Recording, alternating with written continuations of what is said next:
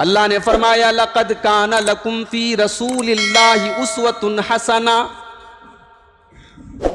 हमने तुम्हें जो नबी दिया है, जो रसूल दिया है, जिंदगी के तमाम शोबों में वो तुम्हारे लिए नमूना है, उसवे हसना है।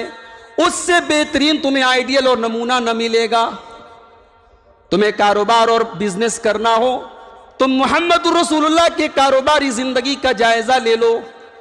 आपने कैसे कारोबार किया। खदीजा मक्के की बहुत समझदार, बहुत दानिशमंद खातून थी। उनको पता चला कि मोहम्मद इब्न अब्दुल्ला बहुत अच्छे ताजिर हैं, बहुत अच्छा कारोबार करते हैं। वैसे दुनिया का उसूल भी है कि किसी को परखना हो तो तीन में से कोई एक काम कर लो, या तो उसके साथ रिश्तेदारी कर लो, या उसके साथ सफर कर लो, या उसके साथ कारोबार कर लो।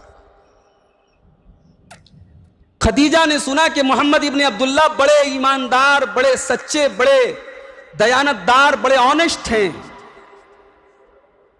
उन्होंने अपने गुलाम मैसरा को हुक्म दिया कि जाओ मोहम्मद से बात करो, मैं चाहती हूं कि मेरा कुछ माल लेकर के वो कारोबार करें, बिजनेस करें।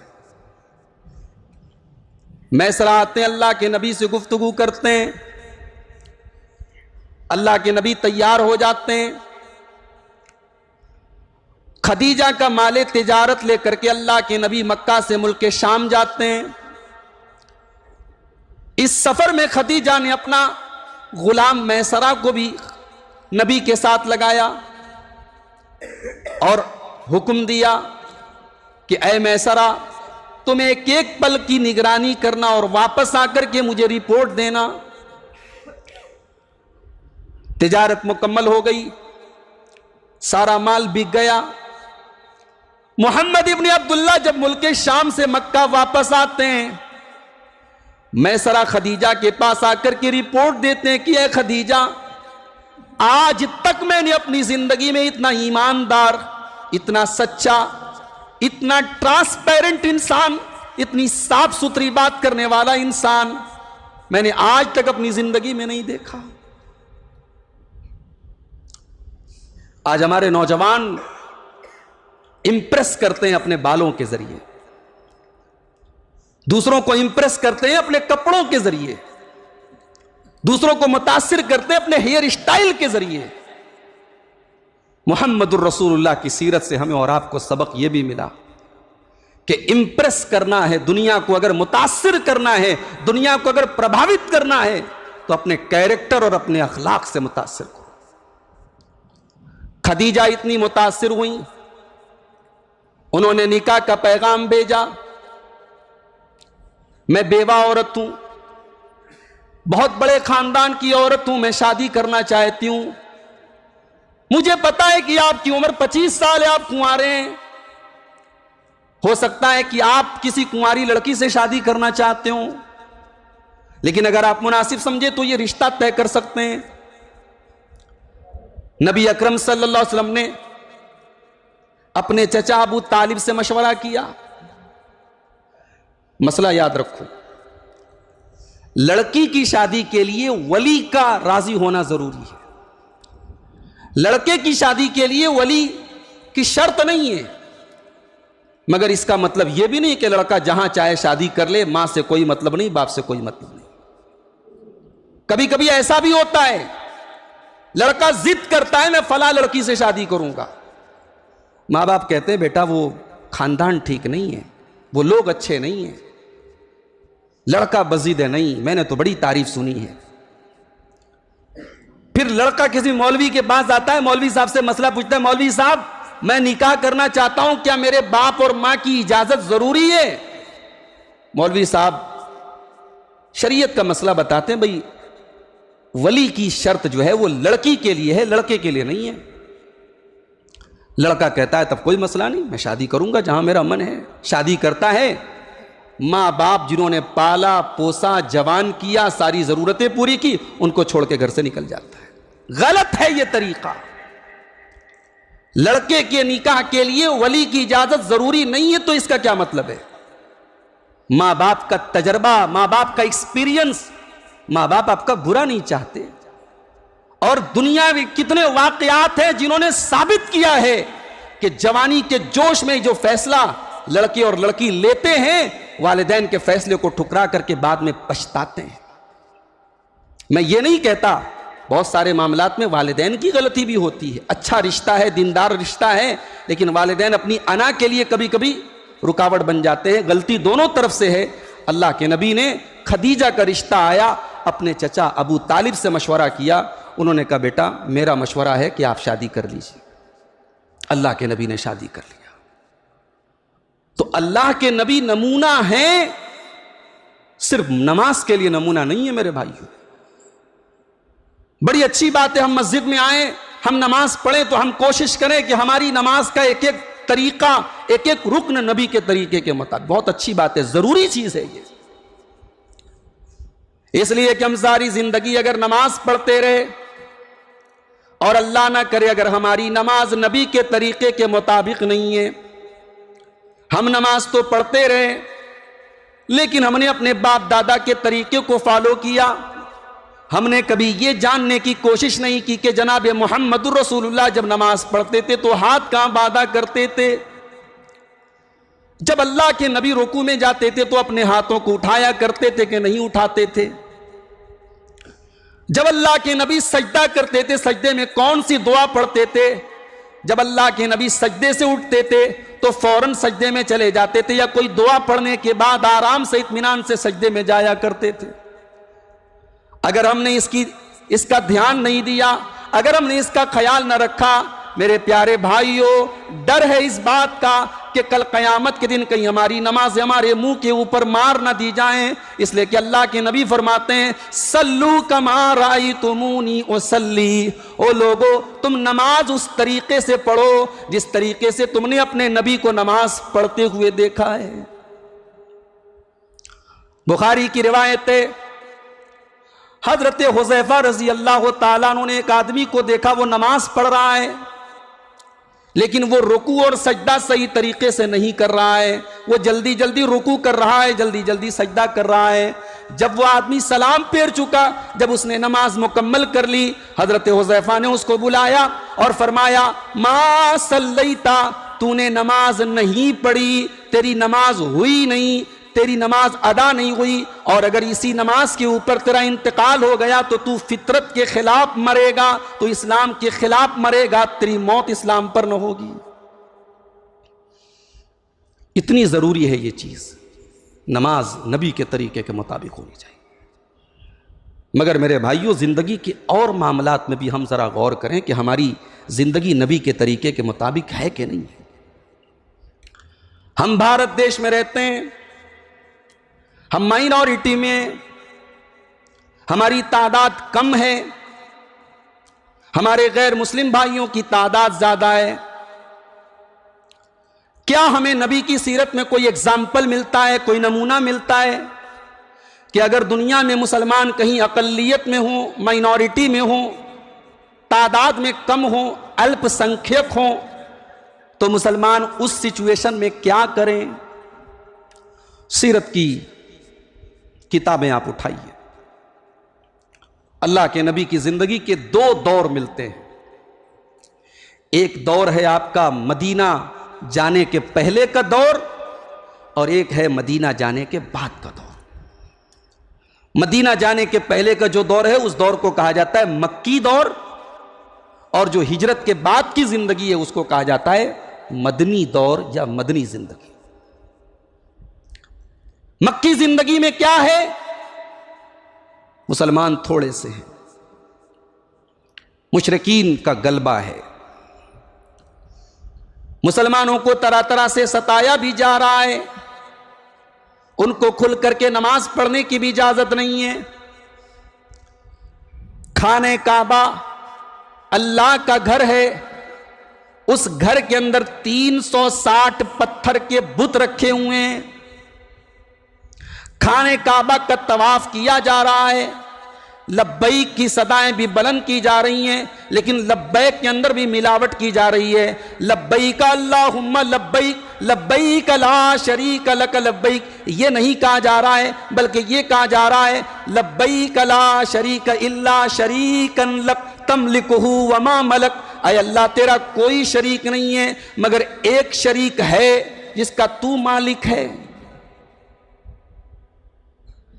खाने काबा का तवाफ भी हो रहा है, लेकिन उसमें भी शिर्क हो रहा है, बुतों की पूजा हो रही है, इबादत हो रही है।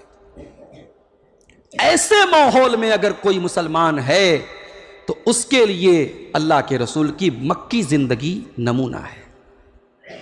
और आज मुझे इसी पर थोड़ी सी बात करनी है कि अल्लाह के रसूल की मक्की जिंदगी में हमें क्या सबक मिलता है, क्या नसीहत मिलती है।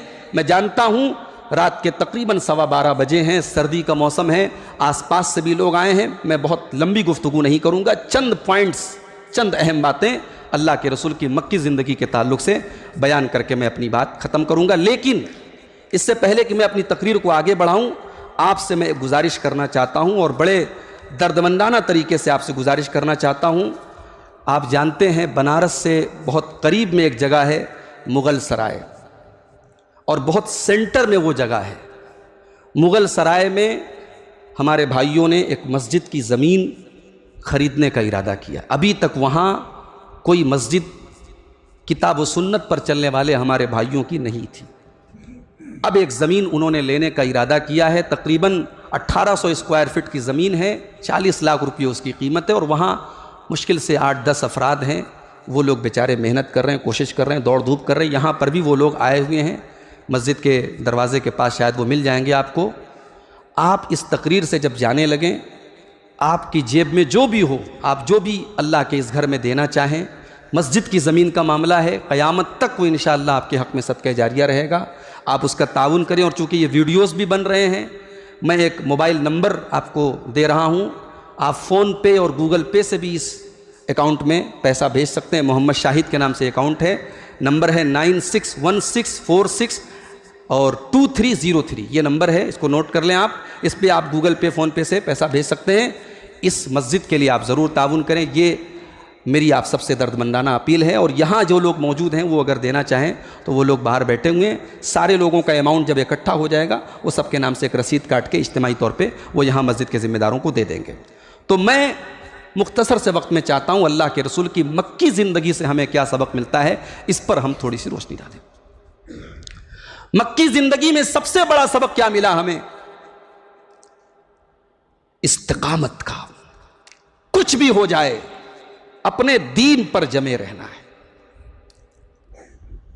मक्का के काफिर अबू तालिब के पास आए, अय अबू तालिब, तुम्हारा भतीजा बहुत आगे बढ़ चुका है, हमारे बुतों को बुरा भला कहता है, हमारे माबूदों को बुरा भला कहता है, हमारे बाप दादा को गलत कहता है। अय अबू तालिब, तुम बीच से हट जाओ, तुम्हारे भतीजे से हम निपट लेंगे। अबू तालिब आते हैं, अय मेरे भतीजे मोहम्मद, मेरे ऊपर भी तू तरस खा और अपने ऊपर भी तू तरस खा।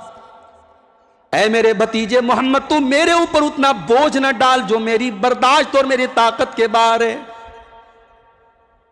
मैं कब तक तेरा डिफेंस करूंगा? मैं बूढ़ा इंसान कब तक तुझे बचाऊंगा? सारा मक्का तेरा दुश्मन बना हुआ है। मेरे भतीजे, तू मान जा, तू अपने मिशन को रोक दे, तू अपनी एक्टिविटीज को कम कर दे। मुहम्मदुर रसूलुल्लाह क्या जवाब देते हैं? मुसलमानों, आज हालात हमारे मुल्क के भी बहुत अच्छे नहीं हैं। इस्लाम की दावत देना आज बहुत मुश्किल काम होता चला जा रहा है। इस्लाम की दावत देने वाले दाइयों के ऊपर आज तरह तरह के मुकदमे दर्ज किए जा रहे हैं। हमारे सामने हमारे नबी का नमूना मौजूद है। नबी अकरम ने अपने चचा से फरमाया, या अम्मी लौ वज़उ शम्स फी यमीनी वल क़मर फी यसारी। ऐ चचा जान, अगर ये लोग मेरे दाहिने हाथ पर सूरज रख दें और मेरे बाएं हाथ पे ये लोग चांद रख दें, मेरे दाहिने हाथ पर ये सूरज रख दें और बाएं हाथ पर ये चांद रख दें और फिर ये मुझसे मुतालबा करें, मैं इस्लाम का काम करना छोड़ दूं, मैं तौहीद की दावत देना छोड़ दूं? ऐ मेरे चचा, मैं नहीं छोड़ सकता। हत्ता अहलिका, मैं हलाक हो जाऊंगा, मैं खत्म हो जाऊंगा, मगर मैं अपना ये काम नहीं छोड़ सकता जब तक अरब की सरजमीन पर अल्लाह ताला अपने दीन को गालिब न कर दे। ये नमूना दिया है हमें हमारे नबी ने। हम तो जरा जरा सी बातों पे उलझ जाते हैं।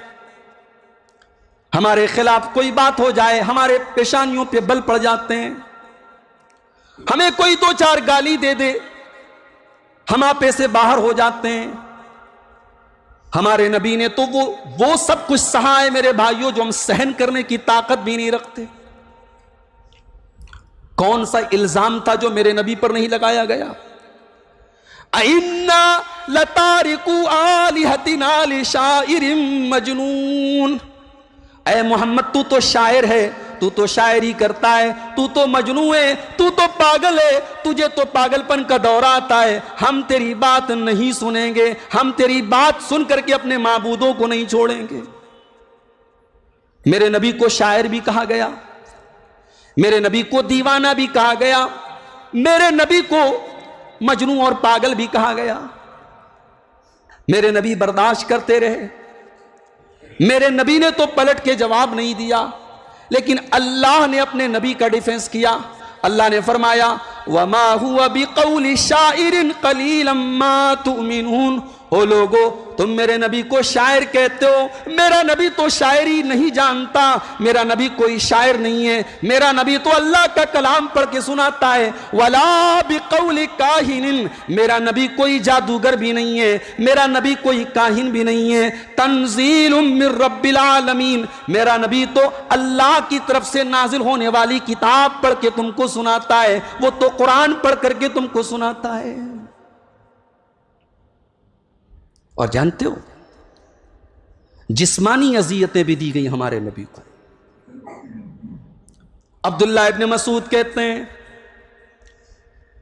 मैं हरम के अंदर मौजूद था, अल्लाह के नबी हरम के अंदर नमाज पढ़ रहे थे, सजदे की हालत में आप थे। उकबा इब्न अबी मुईत आता है और ऊंटनी की ओझड़ी ला करके अल्लाह के नबी के सर के ऊपर आपके दोनों कंधों के बीच में ला के रख देता है। हो लोगो, इतने बुरे हालात तो हमारे ऊपर भी नहीं आए। मुहम्मदुर रसूलुल्लाह अल्लाह की बारगाह में सजदा कर रहे हैं और आपके ऊपर ऊंटनी की ओझड़ी ला के रख दी गई है। अल्लाह के नबी अपना सर सजदे से नहीं उठा पा रहे हैं, और वो जालिम, जिसमें अबू जहल भी था, जिसमें उतबा भी था, जिसमें शैबा भी था, जिसमें वलीद इब्न उतबा भी था, वो जालिम हंसी कर रहे हैं, वो मजाक उड़ा रहे हैं, वो एक दूसरे को देख देख करके लोटपोट हो रहे हैं कि हमने मुहम्मदुर रसूलुल्लाह का क्या हाल कर दिया है। आपकी मासूम बेटी हजरत फातिमा रजी अल्लाह तआला अन्हा, वो दौड़ी दौड़ी आती हैं और अपने बाप के सर से वो ओझड़ी हटाती हैं। मुश्किल वक्त में बेटियां ही बाप के काम आती। बेटियों को हकीर मत समझो, अल्लाह ने अपने नबी को 4 बेटियां दी। हजरत फातिमा ने आपके सर से उस ओझड़ी को उठाया, हटाया, आपने सजदे से सर उठाया, सलाम फेरा और अल्लाह की बारगाह में आपने हाथ उठाया और फरमाया, अल्लाहुम्मा अलैका बिकुरैश, आय अल्लाह तू कुरैश से बदला ले ले, आय अल्लाह तू कुरैश को पकड़ ले, आय अल्लाह तू कुरैश से इंतकाम ले ले। अल्लाहुम्मा अलैका बि अबी जहल इब्न हिशाम, आय अल्लाह तू अबू जहल से इंतकाम ले ले, तू उतबा से इंतकाम ले ले, तू शैबा से इंतकाम ले ले, तू वलीद इब्न उतबा से इंतकाम ले ले, तू उकबा इब्न अबी मुईत से इंतकाम ले ले। सबका नाम ले लेकर के अल्लाह के नबी ने बद्दुआ की।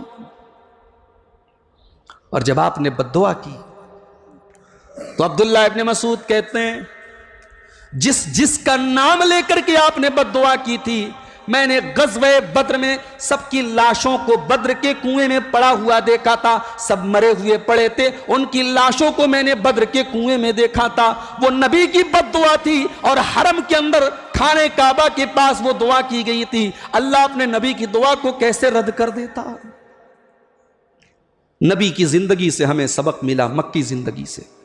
कुछ भी हो जाए, सब्र और इस्तिकामत नहीं छूटनी चाहिए। अल्लाह के दीन पर कायम रहो, अल्लाह के दीन का काम करते रहो। उसी मक्की दौर में एक वक्त ऐसा भी आया, मक्का वालों ने एक एग्रीमेंट तैयार किया, मुहम्मदुर रसूलुल्लाह और उनके पूरे खानदान का सोशल बाइकॉट कर दिया जाए। हमारे बनारस और लोहता की जुबान में कह लो, टाट से बाहर कर दिया जाए, टाट बंद कर दिया जाए, बाइकॉट कर दिया गया। पूरे खानदान बनी हाशिम को, अल्लाह के नबी के पूरे खानदान को एक इलाके में पैक कर दिया गया, या ये कह लो कि लॉकडाउन कर दिया गया। घर से निकल नहीं सकते, कोई सामान तुम खरीद नहीं सकते।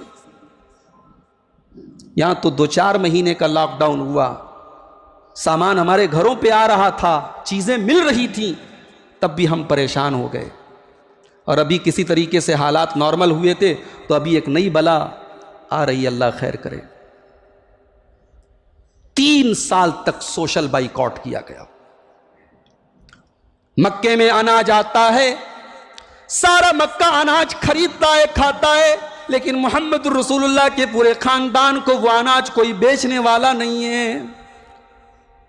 पूरा खानदान बनी हाशिम 3 साल तक महसूर रहा। छोटे छोटे बच्चों के बिलकने की आवाजें आती थी, उन जालिमों के कलेजे नहीं पिघलते थे। औरतों के रोने की आवाजें आती थी, उन जालिमों के सीने नहीं पिघलते थे। दरख्तों के पत्ते चबाए, चमड़े चबाए, 3 साल तक सोशल बाइकॉट सहा है मेरे नबी ने और मेरे नबी के पूरे खानदान ने।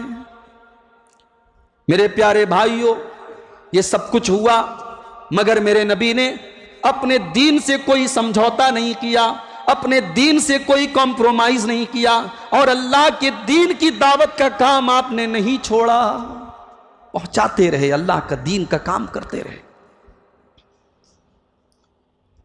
जब मेरे नबी ने तौहीद का पहला दर्स दिया था सफा की पहाड़ी पर, जब आपने सफा की पहाड़ी पे चढ़ करके अपने सारे खानदान के लोगों को बुलाया था और कहता है, मेरे खानदान के लोगों में अल्लाह का आखिरी रसूल हूं, मैं ला इलाहा इल्लल्लाह की दावत लेकर के आया हूं, तुम ला इलाहा इल्लल्लाह पढ़ लो, तुम कामयाब हो जाओगे, वरना अल्लाह का बहुत बड़ा अजाब तुम्हारे ऊपर आएगा।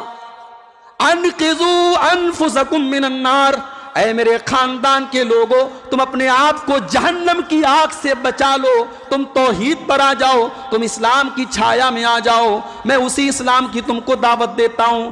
नबी ने ऐलान किया, एक आदमी भी कलमा पढ़ने के लिए तैयार नहीं है। कुर्बान जाओ अपने नबी के जज्बे के ऊपर। मेरे नबी के अंदर कितना बर्दाश्त का मादा था। जब नबी ने अपनी तकरीर खत्म की, सब लोग छट गए, एक आदमी भी वहां नहीं बचा, बल्कि चचा, आपका चचा अबू लहब था, उसने कहा, तब बन लका या मोहम्मद लिहाजा जमातना, ऐ मोहम्मद तेरे लिए बर्बादी हो क्या, इसलिए हमें तूने बुलाया था। लेकिन मेरे नबी उस वक्त भी मायूस नहीं हुए, आप तौहीद की दावत देते रहे और तकलीफों को सहते रहे, बर्दाश्त करते रहे। जब अबू लहब ने आपके रास्ते में रोड़ा अटकाया, अल्लाह ने कुरान की सूरत नाजिल फरमाई, तब्बत यदा अबी लहबिन व तब, अबू लहब के दोनों हाथ टूट जाएं, अबू लहब बर्बाद हो जाए। मा अगना अनहु मालुहु व मा कसब, अबू लहब का माल उसके कोई काम नहीं आया, अबू लहब की कमाई उसके कोई काम नहीं आई।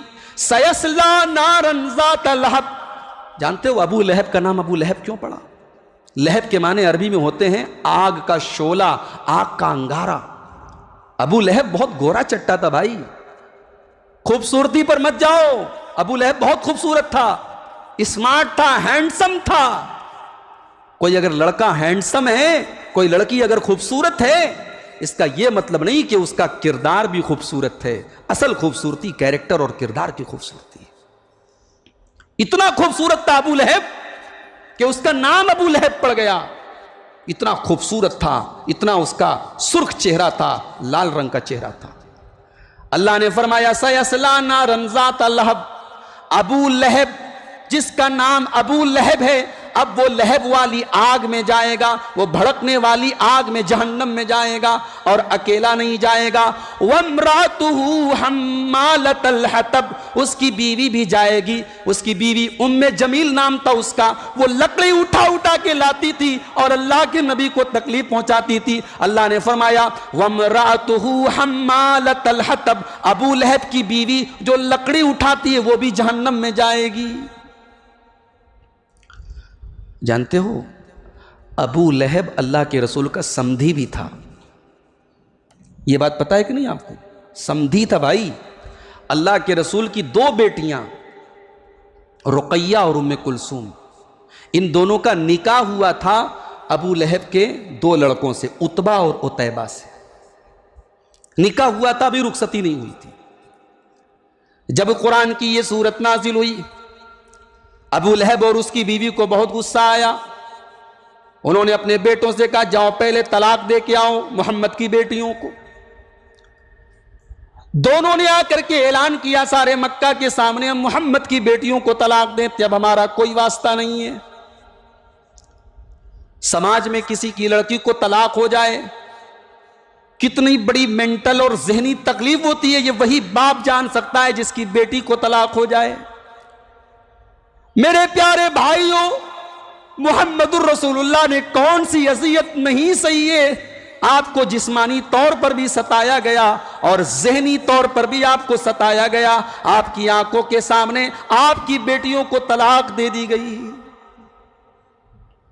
यही नहीं, जब मेरे नबी ने यह देखा मक्का में मेरी बात नहीं सुनी जा रही है, चलो आसपास के इलाकों को चल करके देखते हैं, शायद वहां कुछ मेरी बात मानने वाले मिल जाएं। अल्लाह के नबी मक्का से ताइफ पहुंचे। जो लोग हज करने गए, उम्रा करने गए, वो जानते हैं ताइफ बड़ा खूबसूरत इलाका है, पहाड़ों में बसा है वो। सऊदी अरब में गर्मियों की छुट्टियों में जो बड़े बड़े ऑफिसर होते हैं वो ताइफ में जाकर के रहते हैं। उसको सऊदी अरब का कश्मीर कहा जाता है। बड़ा खूबसूरत इलाका है। कभी आपको उम्रा करने का मौका मिले तो ताइफ जरूर जाइएगा। ताइफ गए अल्लाह के रसूल। वहां एक बहुत बड़ा कबीला रहता था, सकीफ नाम का कबीला। उसकी वहां पे हुकूमत थी, उसका दबदबा था। अल्लाह के नबी सकीफ के सरदारों के पास पहुंचे, उनको इस्लाम की दावत दी, उनको बताया मैं मोहम्मद अल्लाह का आखिरी नबी बन करके आया हूं।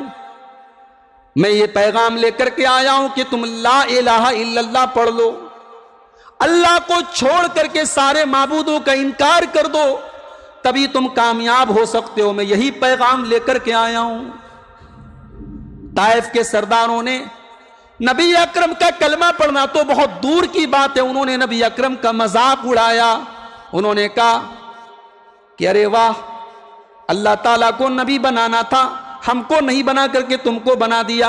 अरे इतने खूबसूरत इलाके में हम लोग रहते हैं, इतने बड़े सरदार हैं, हमको नबी न बना के तुम्हारे जैसे मामूली आदमी को अल्लाह ने नबी बना दिया। इस तरीके के जुमले उन्होंने कहे और अल्लाह के नबी के दिल को तकलीफ पहुंचाई।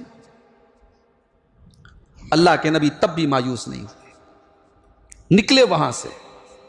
चलो ये सरदार लोग हैं, बड़े लोग हैं, चौधरी लोग हैं। बड़े लोगों की अकल जो है ना, थोड़ा पैसा आता है तो अकल कहीं और चली जाती है। बड़े लोगों को मुश्किल से बात समझ में आती है। इसीलिए नबियों का साथ देने वाले हमेशा कमजोर तबके के लोग ज्यादा रहे। इसीलिए दौलत बहुत जरूरी चीज भी है, बहुत बड़ा फितना भी है। अल्लाह हमें दौलत दे, लेकिन दौलत के फितने से महफूज रखे। तो सकीफ के सरदारों ने जब नहीं पैगाम सुना तो अल्लाह के नबी ताइफ की आम पब्लिक के पास जा जा करके तौहीद की दावत देने लगे। एक हफ्ता आपने ताइफ में गुजारा, एक आदमी भी मेरे नबी का कलमा पढ़ने को तैयार नहीं है। एक हफ्ता गुजर गया, अल्लाह के नबी मायूस हो गए और ताइफ से वापस आने लगे। सरदारों को पता चला मोहम्मद वापस जा रहे हैं। उन्होंने मोहल्ले के गुंडों को बुलाया, बदमाशों को बुलाया, क्रिमिनल लोगों को बुलाया और कहा जाओ हम तुम्हें पैसा देंगे, तुम एक काम करो, तुम मोहम्मद के ऊपर पत्थर बरसाओ।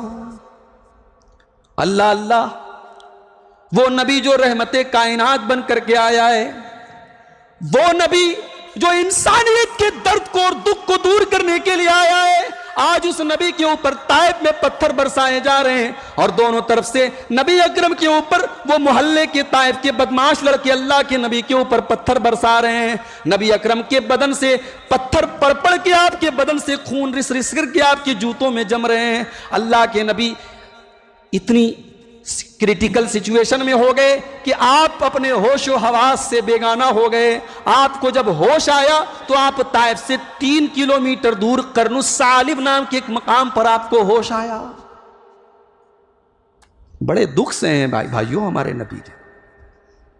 ये इस्लाम हमें इतनी आसानी से नहीं मिला है, हमारे नबी ने बड़े दुख से हैं। जब ताइफ के बाहर आप पहुंचे, हजरत जिब्रील आए। जिब्रील पत्थर से बचाने के लिए नहीं आए, जिब्रील ने नबी को पत्थर से बचाने के लिए जिब्रील नहीं आए। क्यों नहीं आए? अल्लाह को अपने नबी के जरिए उम्मत को एक सबक देना था कि एक दौर ऐसा भी आएगा कि तुम्हारी मॉब लिंचिंग होगी, तुम्हारे ऊपर भी पत्थर बरसाए जाएंगे। तुम उस दिन अपने नबी की सीरत को पढ़ लेना, अपने नबी की जिंदगी को पढ़ लेना। जिब्रील आए, अय अल्लाह के नबी, पहाड़ों का फरिश्ता आया है, आपसे इजाजत चाहता है, आप हुक्म दे दे, जो हुक्म दे दे वो कर देगा।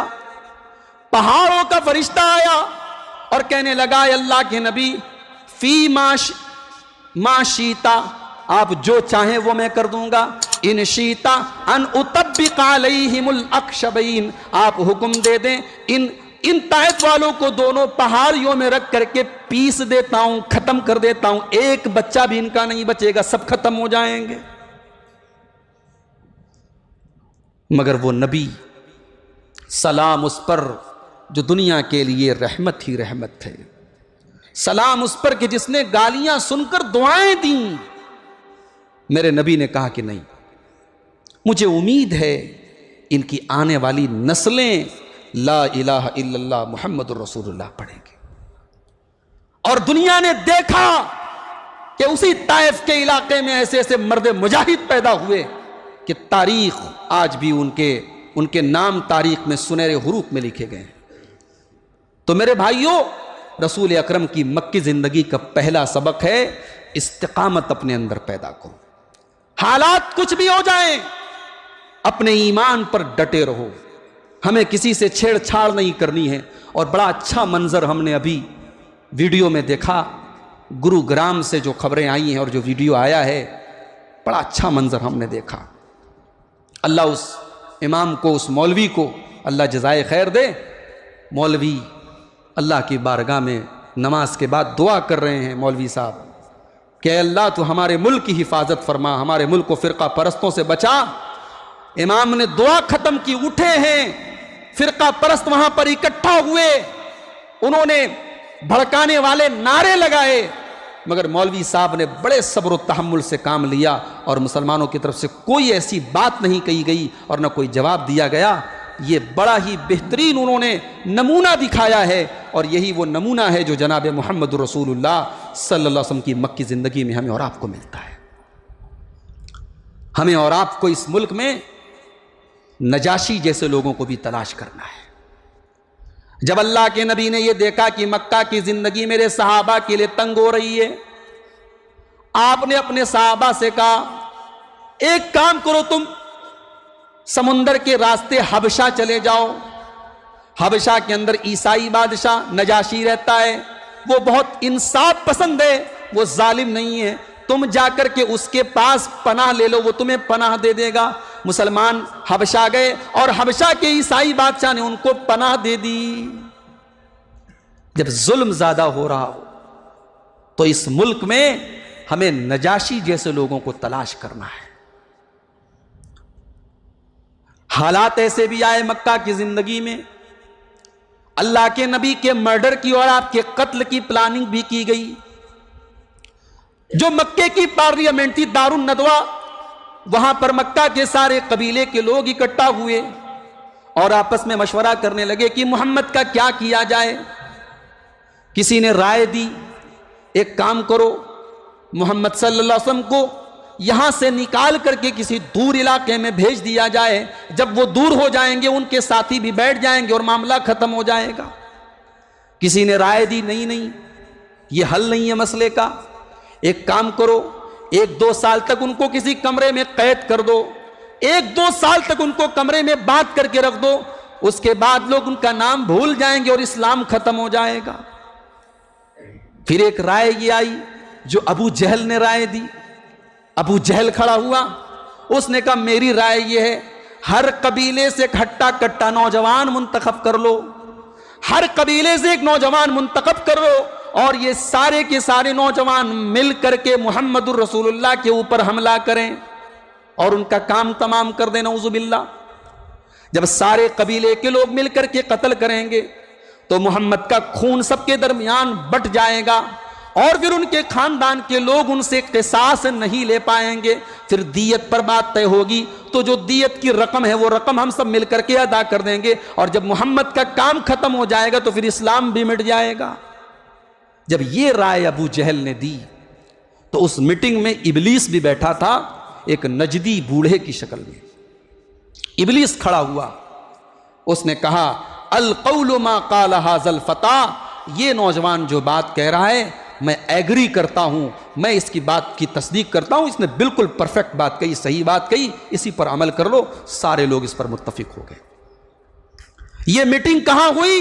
दारुन नदवा में। कोई वीडियो रिकॉर्डिंग नहीं, कोई ऑडियो रिकॉर्डिंग नहीं, कोई बाहरी खबरी कोई नहीं। जहां कोई वीडियो ना हो, जहां कोई ऑडियो ना हो, जहां कोई जासूस ना हो, मेरे रब का कैमरा तो वहां पर भी है ना। इधर ये मीटिंग पास हुई, उधर मोहम्मदुर रसूलुल्लाह के पास हजरत जिब्राइल आए। अय अल्लाह के नबी, बहुत खतरनाक प्लान बनाया गया है, आज की रात आपको मारने का प्लान किया जा रहा है। अय अल्लाह के नबी, आज की रात आप अपने बिस्तर पर नहीं सोएंगे, आज आपको अपना घर छोड़ देना है। नबी अकरम हजरत अली के पास आए।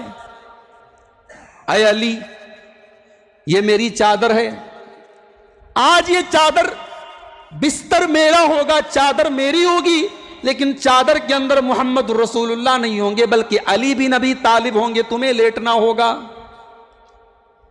जान का खतरा था, जान का रिस्क था, मगर कुर्बान जाओ हजरत अली की बहादुरी और शुजाअत के ऊपर।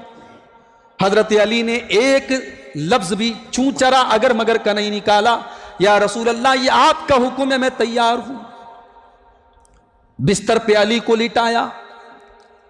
मक्के के 10 कबीलों के 10 बड़े बड़े पहलवान सरदार तलवारें, नंगी तलवारें लेकर के मोहम्मदुर रसूलुल्लाह के दरवाजे पर खड़े हैं और इंतजार में है कि आप घर से निकलें और जैसे ही निकले हम आपकी गर्दन उड़ा दें, सर से जुदा कर दें, सरतन से।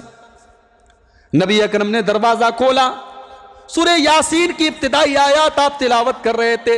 यासीन वल कुरआनिल हकीम इन्नका लमिनल मुरसलीन अला सिरातिम मुस्तकीम। सूरह यासीन की इब्तिदाई आयत पढ़ते हुए और उनके सरों के ऊपर मिट्टी डालते हुए आप अपने घर से निकल गए। अल्लाह ऐसे बचाता है। ईमान अगर अल्लाह पर मजबूत हो तो अल्लाह ऐसे बचाता है। हमारा तो ना ईमान मजबूत है ना अमल मजबूत है। हम जिस अल्लाह का कलमा पढ़ते हैं उस अल्लाह के साथ हमारा ताल्लुक कैसा है मेरे भाइयों? वो ताल्लुक तो हमारी मस्जिदों की नमाजियों की तादाद देख करके पता चल जाता है। हालात ऐसे हो चुके हैं, बनारस में जब कोई बुर्का वाली लड़की किसी लड़के के साथ बाइक के ऊपर नजर आती है, टोटो रिक्शे के ऊपर नजर आती है, तो सोचना पड़ता है कि वो लड़का मुस्लिम है या गैर मुस्लिम है। हालात ऐसे हो चुके हैं, हम सब कुछ जान करके भी अनजान बने हुए हैं। हमको पता है, बाकायदा एक गैंग बनाई गई है, एक ऑर्गेनाइजेशन बनाई गई है जिसका मकसद है मुसलमान लड़कियों को फंसाना, उनकी आबरू को छीनना, उनके ईमान को छीनना। और आज हमारी बहुत सारी मुसलमान बहनें जो घर से तो बड़ी सती सावित्री बन करके, बुर्का नशीन बन करके निकलती हैं। अब्बा जान तो खुश हैं, मेरी लड़की तो माशाअल्लाह बापर्दा है, मेरी लड़की तो माशाअल्लाह नकाब से कभी समझौता नहीं करती, लेकिन वो लड़की घर के बाहर कहां जा रही है? वो गैरों के साथ अपनी इज्जत ही नहीं अपने ईमान का सौदा कर रही है। ये हालात तो हिंदुस्तान में कभी नहीं आए थे। मेरे प्यारे भाइयों, मोहम्मदुर रसूलुल्लाह की मक्की जिंदगी ने हमें और आपको ये सबक दिया है कि कुछ भी हो जाए अपने ईमान से, अपने दीन से कॉम्प्रोमाइज नहीं करना है। मोहम्मदुर रसूलुल्लाह को सताया भी गया और लालच भी दिया गया।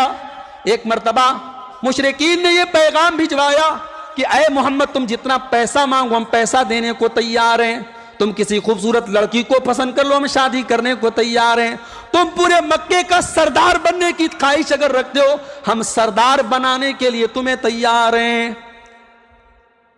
लालच भी दिया गया, मगर मेरे नबी और मेरे नबी के सहाबा न टॉर्चर से पिघले, न लालच से पिघले, न तकलीफ से पिघले, न उनकी तरगीब से पिघले। एक मर्तबा ऐसा भी ऑफर आया, अय मोहम्मद एक काम करो, झगड़ा किस बात का है? एक दिन हम तुम्हारी मस्जिद में आकर के नमाज पढ़ लेते हैं, दूसरे दिन तुम हमारे इबादत खाने में आकर के तुम हमारे बुतों की इबादत कर लेना। एक दिन हम तुम्हारे माबूद की इबादत कर लें, एक दिन तुम हमारे माबूद की इबादत कर लो, आओ समझौता कर लेते हैं। नबी अकरम ने उनके समझौते का जवाब देते हुए फरमाया, या अय्युहल काफिरून ला आबुदु मा ताबुदून वला अंतुम आबिदून मा आबुद वला अना आबिदुम मा अबदतुम वला अंतुम आबिदून मा आबुद लकुम दीनुकुम वलिय दीन। ऐ काफिरो, तुम जिसकी इबादत करते हो उसकी मैं इबादत नहीं कर सकता, और जिसकी मैं इबादत करता हूं जब तक तुम अपने शिर्क के ऊपर हो तुम उसकी इबादत नहीं कर सकते। लकुम दीनुकुम वलिय दीन, तुम अपने दीन पर अमल करते रहो, मैं अपने दीन पर अमल करता रहूंगा। इतने मुश्किल हालात में भी मुसलमानों ने अपने दीन से कॉम्प्रोमाइज नहीं किया, जज्बात से काम नहीं लिया, जल्दबाजी से काम नहीं लिया। हजरत खब्बाब रजी अल्लाह ताला नो एक मर्तबा अल्लाह के नबी के पास आए। अय अल्लाह के नबी, बिलाल की हालत जरा चल करके देखिए। अय अल्लाह के नबी, अपने साहबा की हालत चल करके जरा देखिए। अला तदउल्लाह लना अला तस्तंसिरु लना, अय अल्लाह के नबी आप अल्लाह से दुआ क्यों नहीं करते? अल्लाह हमारी हिफाजत क्यों नहीं करता? अल्लाह हमें इन जालिमों से क्यों नहीं बचाता? नबी अकरम ने फरमाया, ऐ मेरे सहाबा, तुम भूल गए तुमसे पहले ऐसी कौमें भी दुनिया में आई हैं, जमीन में गड्ढा खोदा जाता था और गड्ढे में इंसान को डाला जाता था और आरी से उसके बदन के 2 टुकड़े कर दिए जाते थे। वमा यसुद्दुहु ज़ालिका अन दीनिही, मगर वो अपने दीन को छोड़ने के लिए तैयार नहीं होता था। लोहे की कंगी से उसके बदन को उधेड़ लिया जाता था, उसके जिस्म की हड्डियों को छोड़ करके उसके गोश्त को उधेड़ लिया जाता था। वमा यसुद्दुहु ज़ालिका अन दीनिही, मगर वो मुसलमान अपने दीन को नहीं छोड़ता था। ऐ मेरे सहाबा, अल्लाह की कसम लयुतिम्मन्ना हाज़ल अम्रा, अल्लाह ताला अपने दीन को जरूर पूरा करेगा, अल्लाह अपने दीन को जरूर गालिब करेगा। इसी मक्का की सरजमीन पर ऐसा दौर भी आएगा, इसी अरब की धरती पर एक ऐसा दौर भी आएगा, हत्ता यसीर अर्राकिब मिन सनआ इला हजरमूता, के हजरमूत सनआ से लेकर के हजरमूत तक, यमन से लेकर के हजरमूत तक पूरे अरब में सवारी करने वाला सवारी करेगा। ला यखाफु इल्लल्लाह, उसे किसी चोर का डर नहीं होगा, किसी डाकू का डर नहीं होगा, उसे डर होगा तो अल्लाह का डर होगा। जज्बात से काम नहीं लिया, जल्दबाजी से काम नहीं लिया, लॉन्ग टर्म प्लानिंग की उन्होंने। दावत का काम, अल्लाह के बंदों तक अल्लाह के दीन को पहुंचाने का काम। भाई इस्लाम हमारी बपौती थोड़ी है, कुरान हमारी घर की किताब थोड़ी है, कुरान अल्लाह की किताब है। आप गैर मुस्लिमों के साथ बिजनेस करते हैं, कारोबार करते हैं, उनकी शादियों में जाके पूरी सब्जी खाते हैं, उनके साथ आपके दोस्ताना व्यवहार है।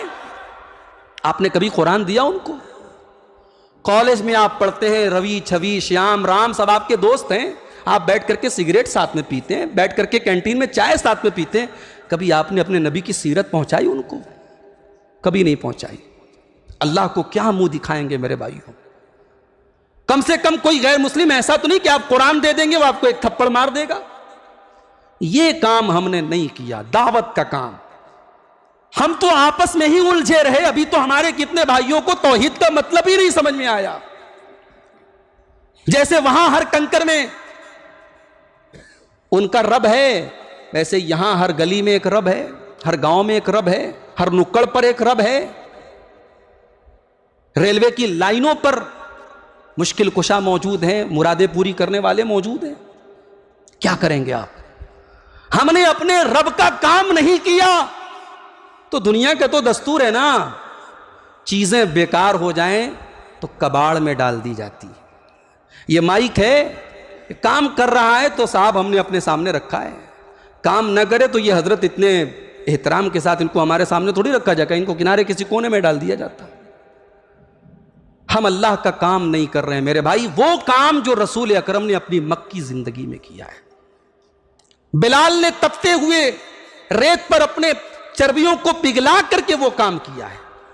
वो काम हमारी मुसलमान सहाबियात ने भी किया है। हम आज तो हम अपनी मुसलमान लड़कियों को इस काबिल भी नहीं बना पा रहे हैं कि उनको अपने दीन की इतनी वैल्यू पता हो कि कोई गैर उनको भटका न सके, गुमराह न कर सके। हमारे मौलाना लोगों ने तो पहले ही फतवा दे रखा है साहब, छड़ी के मेला में औरतें जा सकती हैं, बाबाओं और बुजुर्गों की कब्रों पर औरतें जा सकती हैं, लेकिन खबरदार, मस्जिद बड़ी खतरनाक जगह है, खबरदार वहां औरतों की एंट्री ना होने पाए। जुमा का एक खुतबा होता है हफ्ते में, आधा घंटे की तकरीर होती है, दीन की बात होती है, कुरान हदीस की बात होती है।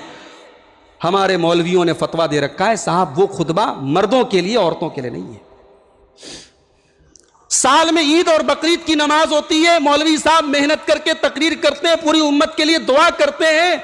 हमने अपनी औरतों को ईद और बकरीद की नमाज से महरूम करके रखा है, फतवे दे के रखा है कि साहब औरतें ईदगाह में नहीं जाएंगी। तो जब औरतें ईदगाह में नहीं जाएंगी, औरतें मस्जिद में नहीं जाएंगी, औरतें दीन की बातें नहीं सुनेंगी, तो अगर आज वो गैरों के साथ भाग रही हैं तो हमें मुंह छिपाने की जरूरत नहीं है, हमें अपनी गलती मान लेनी चाहिए मेरे भाई। आज हमारे दरमियान सुमैया के जैसी औरतें नहीं हैं। सुमैया कट गई, मर गई, अल्लाह को प्यारी हो गई, मगर उसने अपने दीन से कॉम्प्रोमाइज नहीं किया। और आज चंद टकों के बदले आज ईमान बिक रहा है, और आज हमारी मुसलमान बहनें अपने ईमान का समझौता कर रही हैं। हमें और आपको अल्लाह के रसूल की मक्की जिंदगी ये सबक भी देती है कि अपने कैरेक्टर को मजबूत बनाओ। इस मुल्क से कोई नहीं निकाल सकता हमें इंशाअल्लाह। यह मुल्क हमारा है, हमारा था और इंशाअल्लाह हमारा रहेगा। इस मुल्क में हम पैदा हुए और हम तो वो हैं कि मरते भी हैं तो इसी मुल्क की खाक में दफन होते हैं। इस मुल्क को आजाद कराने के लिए हमारे उलमा ने, अवाम की बात नहीं कर रहा हूं, हमारे उलमा ने काला पानी की सजाएं झेली हैं। पूरे पूरे खानदान, पूरे पूरे मोहल्ले पर बुलडोजर चलाए गए। पटना के अंदर सादिकपुर में वो खानदान, आज भी उस खानदान के लोग मौजूद हैं। हमारे उलमा ने, हमारी कौम ने बड़ी कुर्बानियां दी है इस मुल्क के लिए। इस मुल्क से हमें कोई नहीं निकाल सकता, मगर हमारा किरदार भी वैसा हो कि कोई अगर हमें निकालने की बात करे, अगर एक आदमी हमें निकालने की बात करे तो 100 लोग खड़े होकर के कहें कि नहीं, ये मुल्क जितना हिंदू का है, जितना सिख का है, जितना पारसी का है, उतना ही ये मुल्क मुसलमान का भी है। जानते हो, अबू बकर सिद्दीक एक मर्तबा हबशा जा रहे थे। जब मक्का में हालात बहुत परेशानी वाले हो गए तो हबशा जा रहे थे। मैं वक्त ज़्यादा ले रहा हूँ आपका, 1 बजने वाला है, 5 मिनट और थोड़ा सा सब्र कर लीजिए।